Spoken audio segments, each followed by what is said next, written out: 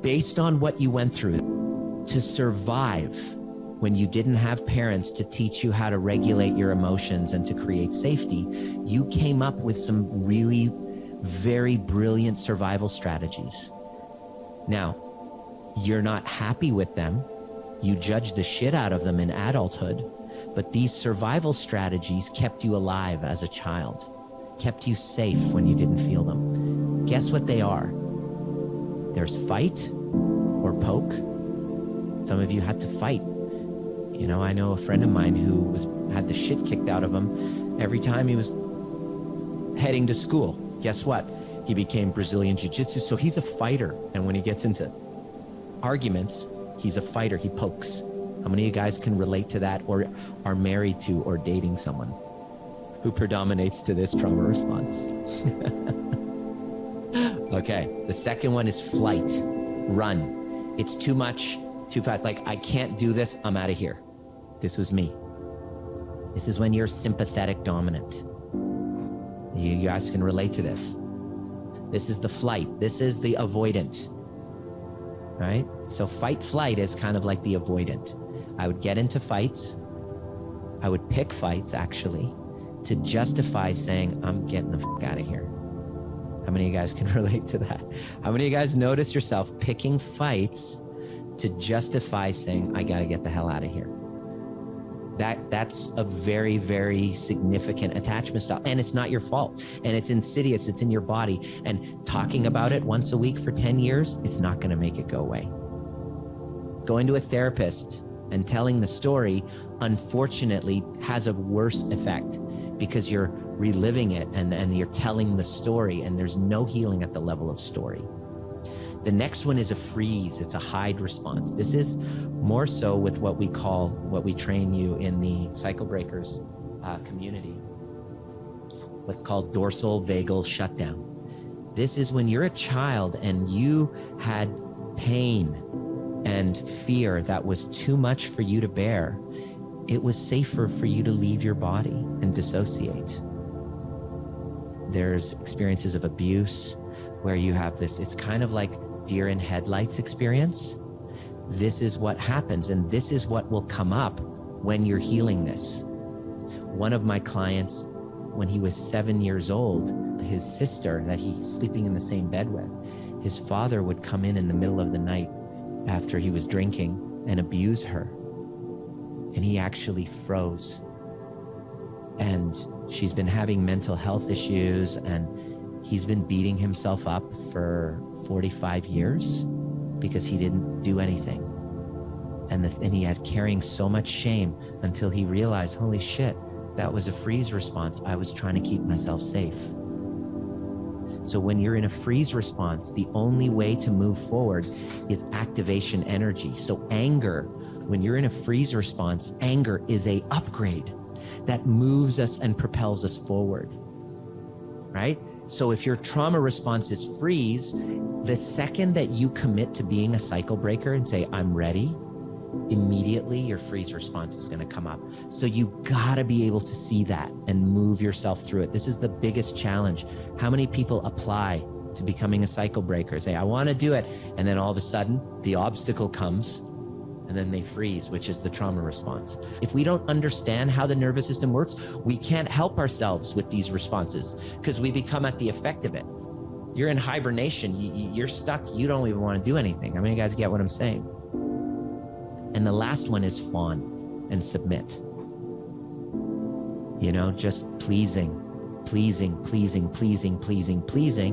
and taking care of the emotional needs of a parent who's emotionally absent, who's unwell, who's suicidal, who's mentally ill or has addiction. And in order to keep safe, or super duper abusive. So to the 5-year-old inside of you, 10-year-old wants to keep safe, has to just please and fawn. And this becomes a trauma response that keeps you alive. They're amazing. And if this is bringing up emotions, I want you to just know this is a great thing that a strategy, brilliant strategy that the childlike self inside of you made. to survive. So there's no shame in this, even though there's so much shame about your trauma responses. Oh, I'm in dorsal, right? Christy, yeah, totally. You were on the fence for a long time, right? There's many of you who I see in our Cycle Breakers community. You've literally been on the sidelines, so stressed, wanting to heal your trauma responses, but not realizing you're frozen at the effect of them. And so what happens is it's called the xiphoid nucleus, part of your brain. If you are at that freeze point and you move forward through it, which is the scariest thing that you think you want to do, you move forward through it, what happens is the xiphoid nucleus in your brainstem activates and says, oh, I got this. What happens is this: when you move forward through something scary like that and commit, like showing up the day you signed up, for example, the xiphoid nucleus expands and activates and goes, oh, I survived that. I got this. And you start to expand with your relationship of fear. Your life gets bigger. But what happens is if you freeze and then you have the obstacle, like I can't commit the time, whatever it is, resources, and you freeze and then you back away, it confirms your bias. Your bias gets confirmed, says, oh, glad I got away from that one. Oof, I really protected myself there. Wow. And what happens is life keeps getting smaller. And then before we know it, life has gotten very small and we're now terrified. And the very thing that we need to get out, which is to heal, which is the trauma response, will be the very thing that stops us. That's the hardest part of doing this work, by the way. Those of you who are facilitators, that's the hardest part for me, is seeing it in their faces and then seeing them submit and run away. Yeah. So these trauma responses, can you see how they're related to the way that you attach to people? Fight and flight. Whether you're avoidant, whether you're insecure, anxious, whether you're disorganized, which is kind of like freeze response, it informs what our attachment styles are. So people are like dating and looking for the right person, not realizing that no matter who the person is that you're dating, you still have these attachment responses, these trauma responses that you haven't worked through. So when people ask, should I stay or go? We say, oh, just work on those and the answer will come, because you start to shift because your relationship with the world starts changing. Instead of pointing fingers and saying that person needs to change, we're able to completely transform these trauma responses, because these survival mechanisms in childhood that kept us safe have devastating consequences in adulthood. They worked for us growing up, but they're devastating. And what are they? So here they are. And what I want you to do is look at yourself and tell me if you can relate to any of these. These are the impacts of unresolved trauma responses in our adulthood. Anyone can relate to this? Fixing others, people pleasing, codependency, show of hands, external validation needed. Put your hands up. Living on high alert, fear of abandonment, feeling invisible unless you're needed. How many of you guys can relate to this? This is one of the questions. I think it was, who was it? Just DM me. It goes, is this going to help? This is funny. I get these questions a lot. People who are the first timers, they go, hi, thanks. I can't wait for the breathwork session. Is this going to help me with feeling invisible unless I'm needed? I think I'm like, yes. And that's a trauma response you've learned since you were a child. I hope you don't think it's going to be resolved with one breathwork because people are like, is this going to work for me? We have a medical minded system. Is like, can I take a pill for that? You can't take a pill for any of these. Well, you can actually. There's pills for all of them, but they're never going to get to the root cause.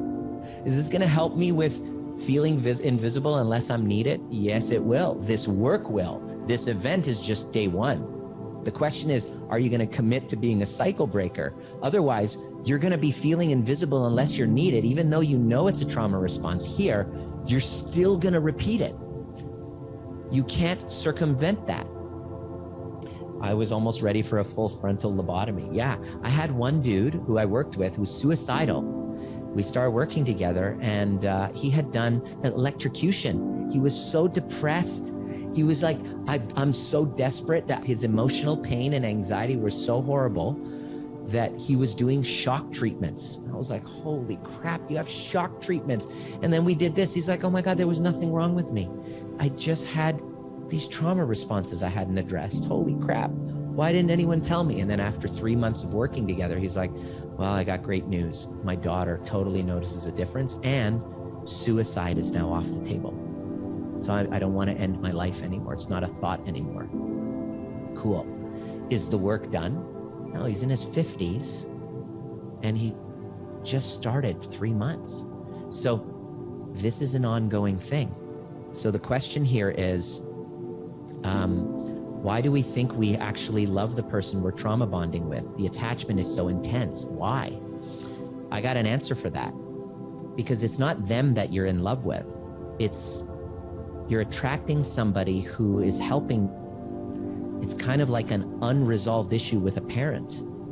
So you're pulled towards what's familiar. And during the love bombing phase, Lisa, what's happening is in the trauma bonded relationship, the narcissist strikes a deal and says, I'm going to love you like your mother never did.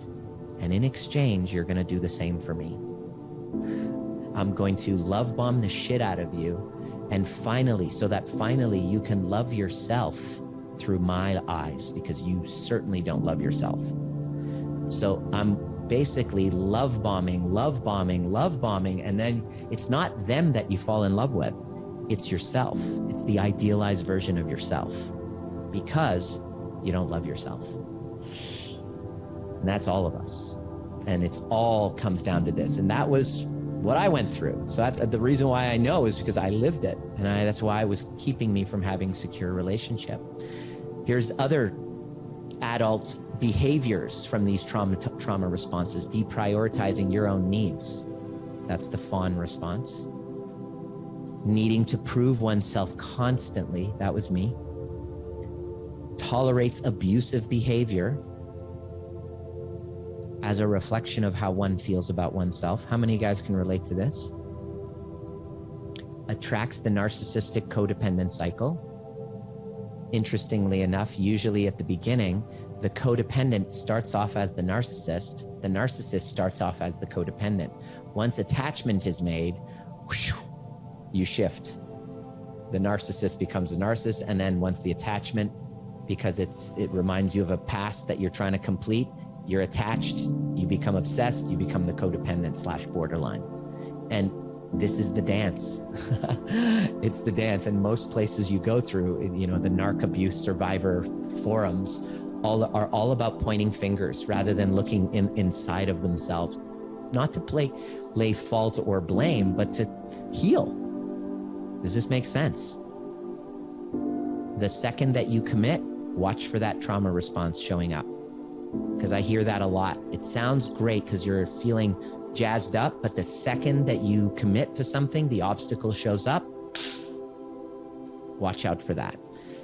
That's why I wanted to share this with you. People always say, Dr. Nima, can I talk? Can we get on a call? Because I want to talk. What they want to do is they want to vent like they did at their therapist's office, whereas this is not about that. Why don't you show up at the event and let me tell you about your life? Because it's everybody's life. It's wiser for us to do that. And the key here is, unless we heal this, it's going to lead to chronic pain and illness, and nothing in the medical field can get to the root cause. The pain and the illness is the outcome, is kind of the downstream issue. That's why I'm here. I'm a chiropractor. I'm teaching this to you because for 20 years I was in an office going, something's not right here. I'm not getting to it. People are like, you're a chiropractor. What right do you have? I'm telling you, I'm a chiropractor, and I saw the end result of the unresolved attachment traumas. these attachment distress responses that are left in your body through no fault of your own. All of this resolves when you heal. It's hard work and it's painful to do the work, but not doing the work is effing unbearable. So my invitation again for you is that you show up at the event and let me tell you about your life.